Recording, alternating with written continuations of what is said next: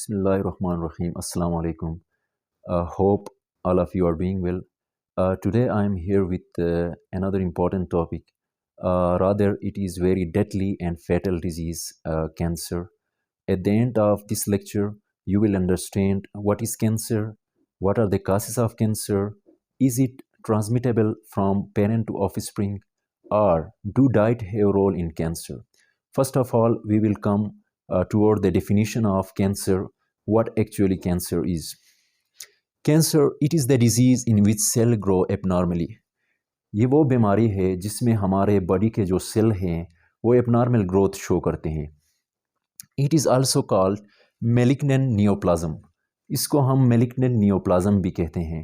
نیوپلازیا کا مطلب وہ ڈیزیز ہے جس میں سیل ابنارمل گروتھ شو کرتے ہیں اور ان کی کوانٹٹی جو ہوتی ہے وہ زیادہ ہوتی ہے. جب یہ کینسر انیشل اسٹیج میں ہوتا ہے یہ اتنا ہارمفل نہیں ہوتا ہے. اس اسٹیج کو ہم بینائن اسٹیج کہتے ہیں. جب یہ ہارمفل اسٹیج یا فائنل اسٹیج میں پہنچ جاتا ہے تو اس اسٹیج کو ہم میلیگننٹ اسٹیج کہتے ہیں. اب ہم آتے ہیں کاسز آف کینسر. کینسر کے جو دو کاسز ہیں، دو وجوہات ہیں. آئدر اٹ میں بی انٹرنل اور ایکسٹرنل. اگر یہ کاز انٹرنل ہے تو یہ ڈی این اے میں کوئی خرابی کی وجہ سے ہوتی ہے. ہمارے باڈی کا سب سے امپورٹنٹ اور ہمارے سیل کا سب سے امپورٹنٹ پارٹ ہے ڈی این اے. یہ تقریباً ہمارے تمام کریکٹر کو کنٹرول کرتا ہے. جب اس ڈی این اے میں کوئی گڑبڑ ہوتی ہے تب بھی سیل ایبنارمل گروتھ شو کرتے ہیں. جب ڈی این اے میں کوئی خرابی پیدا ہونے کی وجہ سے سیل ایبنارمل گروتھ شو کرتے ہیں اور ان کی کوانٹٹی زیادہ ہوتی ہے تو اس کینسر کو ہم انٹرنل فیکٹر کینسر کہتے ہیں. اور یہ کینسر پیرنٹ سے آف اسپرنگ میں ٹرانسفر ضرور ہوگی کیونکہ یہ ڈی این اے میں خرابی کی وجہ سے ہوئی ہے. ہمارے تمام کریکٹر جو آف اسپرنگ میں جاتے ہیں وہ ڈی این اے کی وجہ سے جاتے ہیں. اگر ڈی این اے میں کوئی مسئلہ ہے تو ضرور وہ مسئلہ پیرنٹ سے آف اسپرنگ میں ٹرانسفر ہوگی. اب ہم دوسرے فیکٹر کی جانب آتے ہیں. اس کو ہم ایکسٹرنل فیکٹر بھی کہتے ہیں.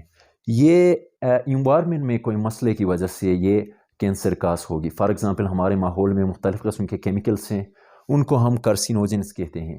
کارسینوجن ان کیمیکلس کو کہیں گے جس کی وجہ سے کینسر کاز ہوتی ہے. اس کے علاوہ وائرس بھی ہیں اور اس کے علاوہ ریڈیشن بھی ہے. Radiation for example sunlight سے بھی یو وی ریڈیشن آتے ہیں. اس کے علاوہ مختلف قسم کے ریڈیشن سے جب ہمارا ایکسپوجر ہوتا ہے تب وہ بھی کینسر کاز کر سکتے ہیں. جب کینسر ایکسٹرنل فیکٹر کی وجہ سے ہو تو یہ کینسر پیرنٹ سے آف اسپرنگ میں ٹرانسفر نہیں ہوگی. اب ہم آتے ہیں کیا خوراک کا کینسر کے اوپر کوئی اثر ہوتا ہے یا نہیں. اگر ہم اینیمل فیٹ یا اینیمل پروٹین والا خوراک زیادہ یوز کریں گے تو ہمارے باڈی میں جو بیکٹیریا ریزائڈ کرتے ہیں وہ ان اینیمل فیٹ اور اینیمل پروٹین کو کارسینوجن میں کنورٹ کرے گا جو ہمارے لیے نقصان دہ ہے. اگر ہم زیادہ فائبر والے خوراک استعمال کریں گے تو وہ فائبر والے خوراک ہمیں کینسر سے پروٹیکٹ کرے گا. اس لیے اس کے علاوہ وہ خوراک جس میں بیٹا کیروٹین، وٹامن سی اور وٹامن ای موجود ہو وہ خوراک بھی ہمیں کینسر سے پروٹیکٹ کریں گے. So this was all about cancer, its introduction, it causes and it does diet have any role in cancer. Thank you very much for watching this video.